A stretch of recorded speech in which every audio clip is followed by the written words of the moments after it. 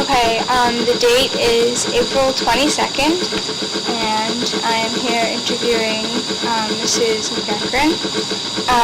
And my first question is, in your time there living in Hastings, what changes have you seen in the school systems?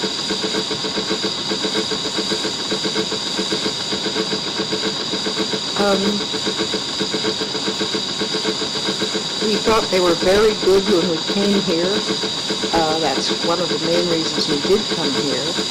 And we thought that our three children just had wonderful teachers and opportunities. When they first went to elementary school, there was no one up on the hill. It was just on Farragut, that whole complex. And it's got to be closer. It's not too sensitive. And then as they went through, we continued to be just very, very grateful to have the school system that we had. When Susan, our oldest, was, I think, in 8th or 9th grade, there were some of her classmates, a couple people where the parents were withdrawing them to go to private schools, either up in Dobbs Ferry to Master's School or a couple in the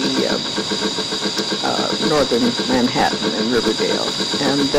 But we decided she did not want to leave, obviously, but to keep her here, which we were very glad to do. And I was on the school board for 6 years, three two-year terms, from 1969 to 1975, and that was an honor and a privilege, and I still follow the school board, their search for solutions, and with great gratitude and admiration. Do you remember what years exactly you were mayor? Yes, I can still remember that. From 1981 to 1993. It was 12 years. And that they were 2-year terms, so it was 6 elections. Where have you lived in Hastings and for how long? Well, when we first moved here, we came from Washington, D.C., and an old friend from Navy days of my husband had a house up on Hudson, on Jefferson Avenue, up on Hudson Heights. And they were going to Europe for 2 years, just about the time my husband was transferred here. So it was very fortunate. They were glad to have us as tenants, and we were very glad to rent their house. And so we rented that. They came back a little early, so it was a little less than 2 years. But half of that time I spent looking for houses for sale. What we would want and hoped to be able to get and what we could afford was quite a gap between, as there is for most people, I think. What made you decide to become the mayor?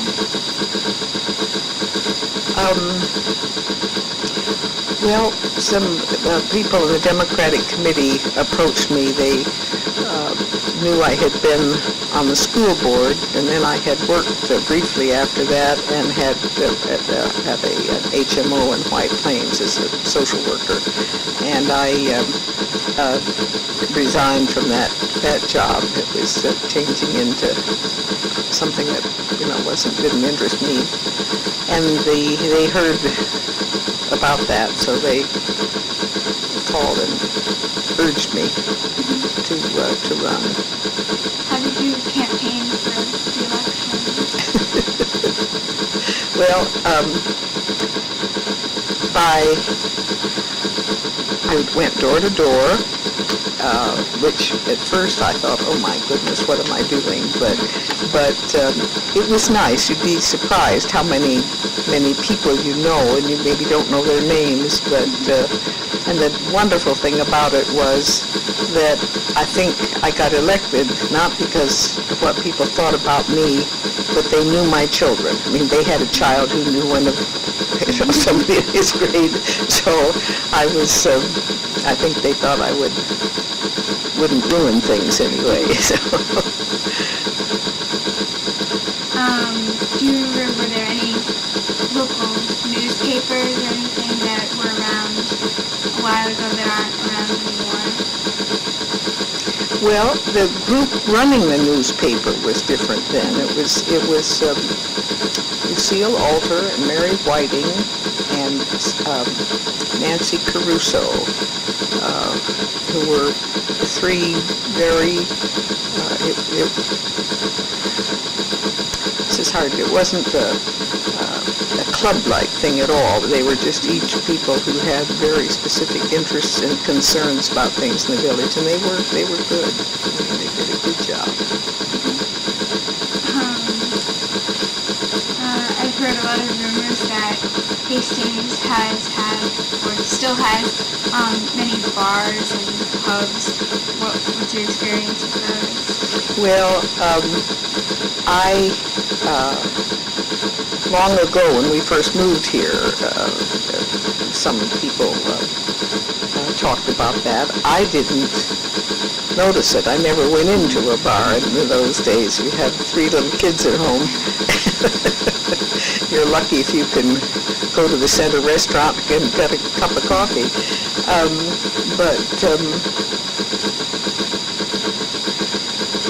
When we moved here, Anaconda Copper Company was still functioning fully, and it had been a very important place during World War II, producing mostly copper, I believe. And they, in terms of what the United States needed to defeat the Germans and Japanese, they really were making a wonderful contribution. When we moved here on Friday afternoons, it was funny, there was sort of a long stream of cars down because people would go into the little bank, the turnaround, to cash their paychecks, I guess. And then there was a bridge over the railroad tracks down, what's the steep hill that goes down? No, down from Warburton down to the railroad tracks down near the end of the waterfront. Yeah, you know. And people would walk down there. A lot of them lived along Warburton Avenue and so forth, and then cross over this bridge, as I understand it, to get to there were 2 plants. One at the south end had been very active in World War I, had produced that big bottle on the front porch there is that line is, I believe, from Zinsser Company. But what I'm getting to is that I think that the people, they were very long and hard days that the people who worked in the factory had, and people, there weren't restaurants you didn't go out to. People, I think the men, mostly men who worked there, would stop at a bar on the way home, which I can understand.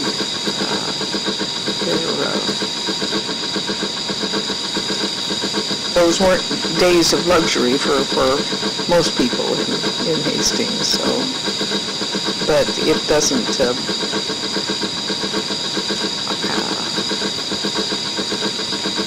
it's a nice place for people to get together, I think, young single people and so forth.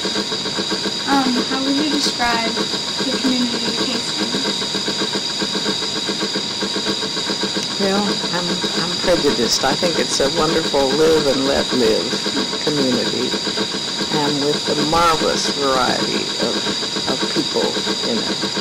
And a lot of people we don't know about who have really done world famous things in their life.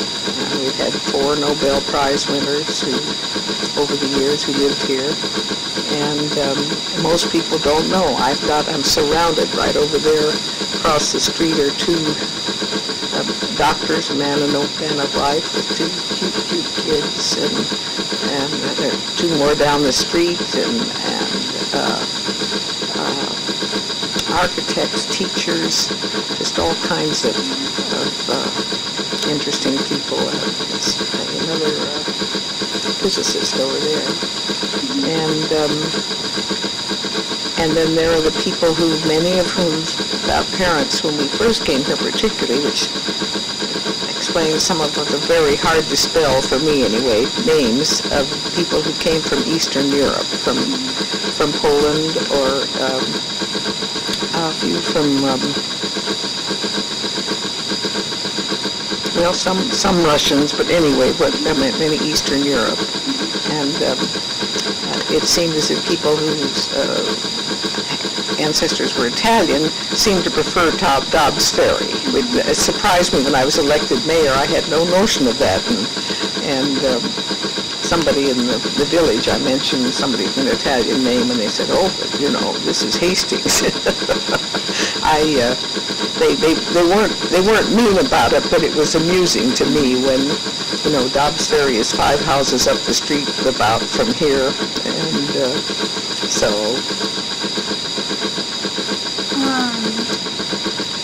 What have you noticed any changes in the public buildings, like the municipal building or the library?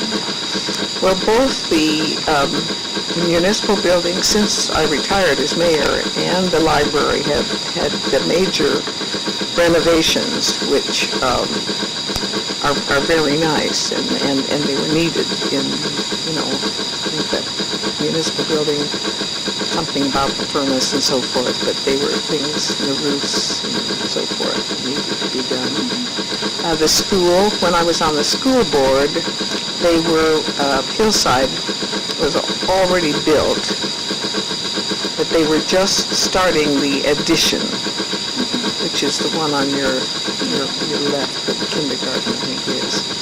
And I was on the committee I was a representative of the Board of Education, which was, I think, all men at that point, and so I didn't have a job, so I was home in the daytime. I could go to daytime meetings that they couldn't, and I sat in on the architectural construction meetings there, and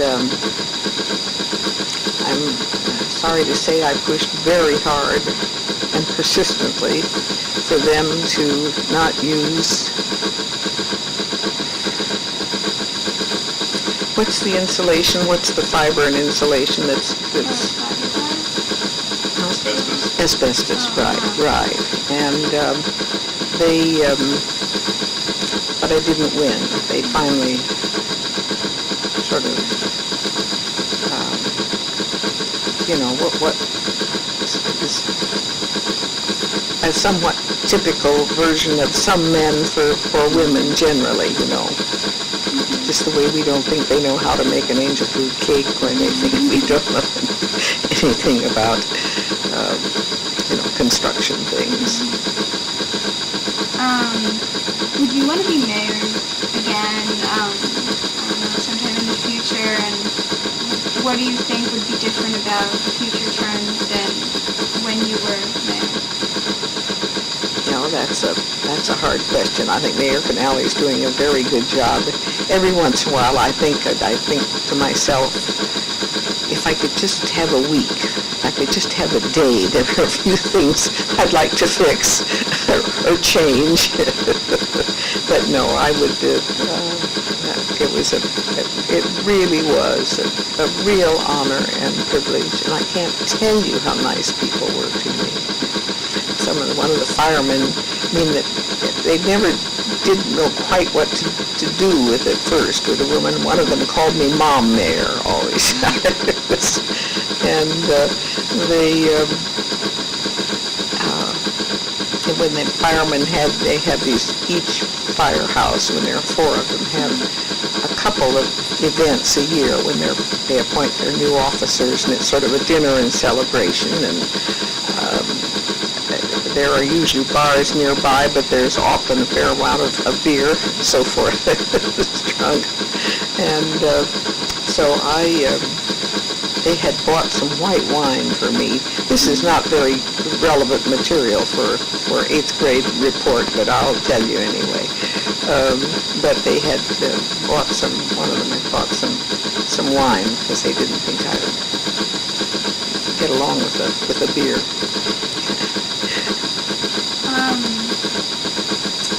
Did you have any either political or family role models that helped to inspire you to become mayor? No, I grew up in Des Moines, Iowa, and my father was always very, very interested in local politics but was never ran for office. He just urged them to go to the village manager system of government instead of having people. If you think about my being elected mayor and most other people who were elected mayor, I really don't know a thing about sewers, about water supplies, about fire trucks, blacktopping, snow removal, salt spreading, tree cutting, which is right now, that it's something right now after these 2. There was another accident this morning, a tree on the east side of the county. Nobody was killed, but over Bronx River Parkway, I think I guess it just, after this winter, they're collapsing. Have there been any changes in public parks, different construction projects? Well, not construction projects. I don't think that's what parks are for, but we acquired a lot of parks. I forget what the acreage was, a lot while I was mayor. The county,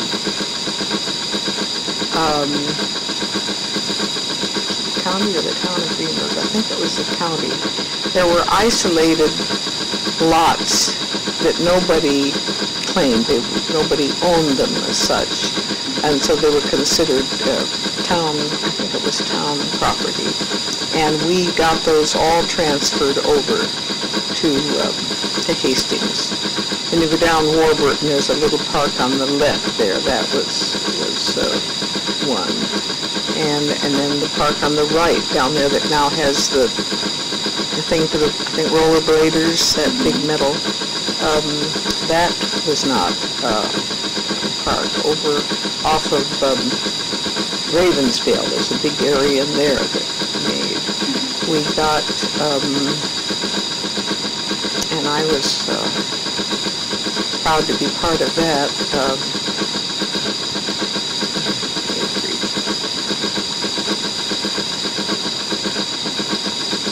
We increased the Hillside Woods Park. We doubled at least the acreage there, and that the addition that we got was with, and I had lunch with the deputy of the county executive, who's a very, very bright man, and he said, we talked about it, and I said, well, he said, well, what would you like from us? And I said, well, if you would pay a fourth of it.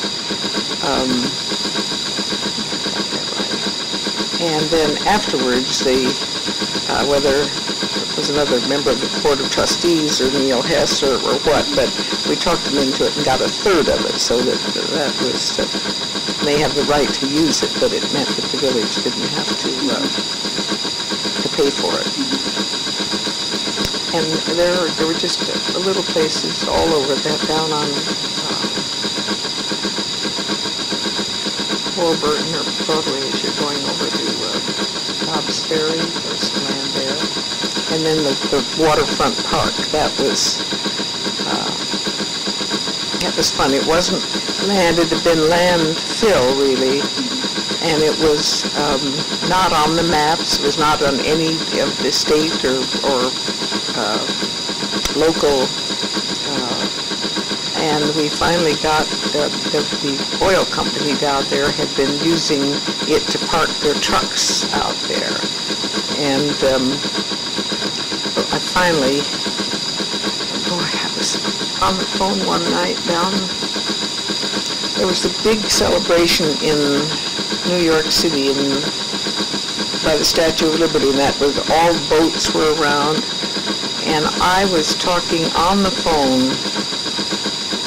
Neil and I were in the office in the afternoon. We got one person from upstate, but the man at the State Department that was in charge of this talked to me from down there and told me that yes, we could have that piece of property. So we got it from the state for $1. It's 1 4/10 acres, 1 3/10 acres, and I paid half of it, and Neil Hess paid half of it. So my half cost me 50 cents.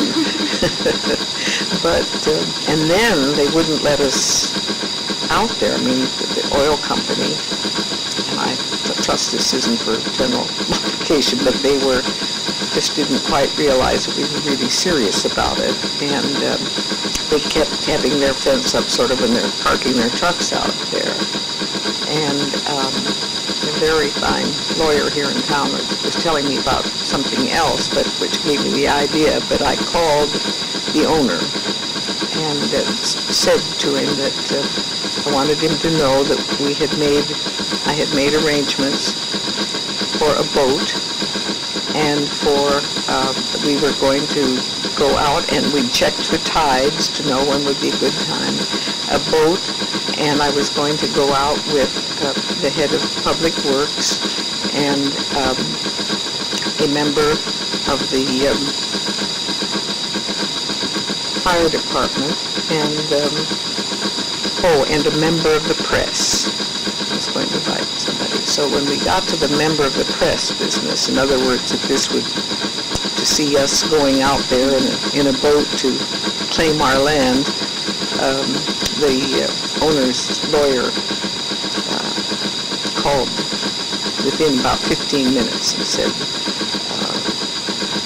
Mayor MacEachron, don't worry about that. We're planning to get out of there. We was strictly, and so then they let us have the pathway along the side to get out there. So, and that's the first place. It still is the first place where any private citizen, unless you work for something down there, can get to water's edge within the Hastings boundary.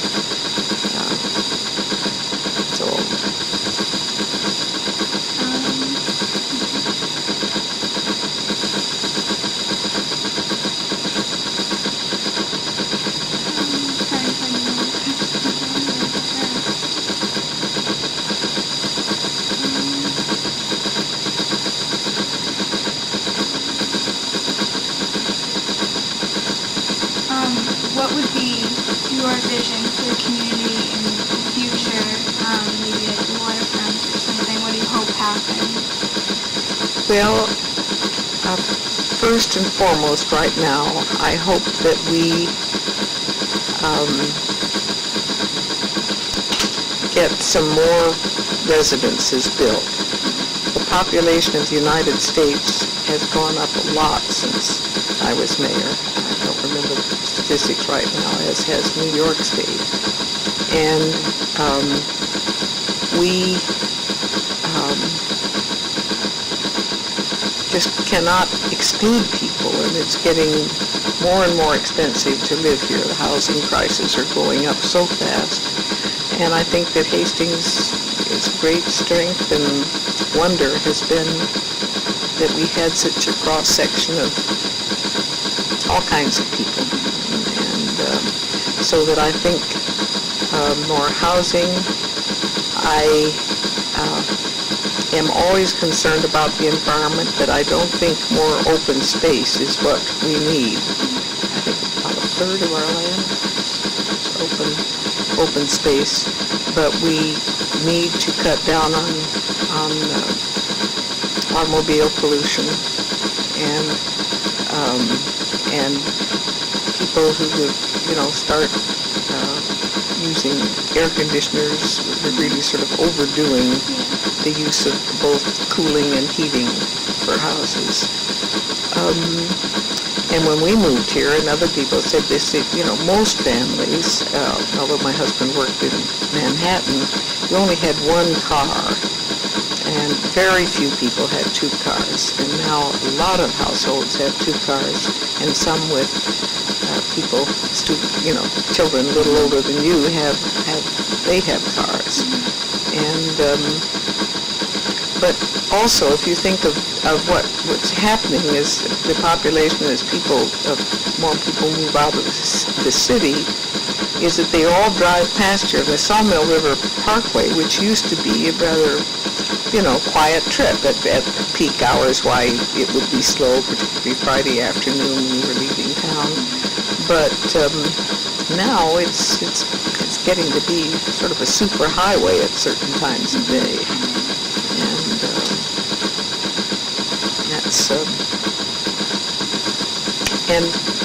Nobody. I think it's just very innate human feeling that, and I have read in psychology that turf, even among animals, the place you stand on is yours, and you don't want anybody, or particularly where your babies are, you don't want anybody crossing that border, even if you can't see it.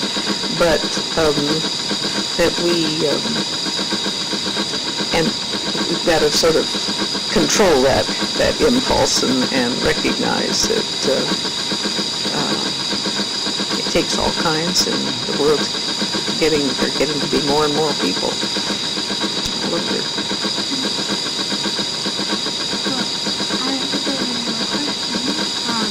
Thank you very much. Well, you're welcome.